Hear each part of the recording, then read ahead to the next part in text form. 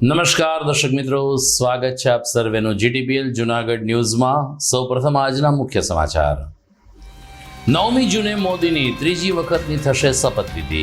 ગઠબંધન પક્ષોએ ખાતાઓની માગણી અને મંત્રીપદની શરતો મૂકવાનું કર્યું શરૂ, જોકે એનડીએની સાથે જ રહેવાનો આઈપીઓ વાયદો।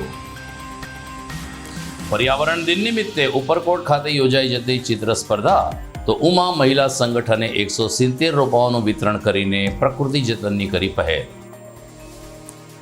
ભવનાથ સહિત સૌરાષ્ટ્રભરમાં આસ્થા સાથે શનિ જયંતિની ઉજવણી, ઠેર ઠેર યજ્ઞ અને પ્રસાદ સહિતના કાર્યક્રમો યોજાયા।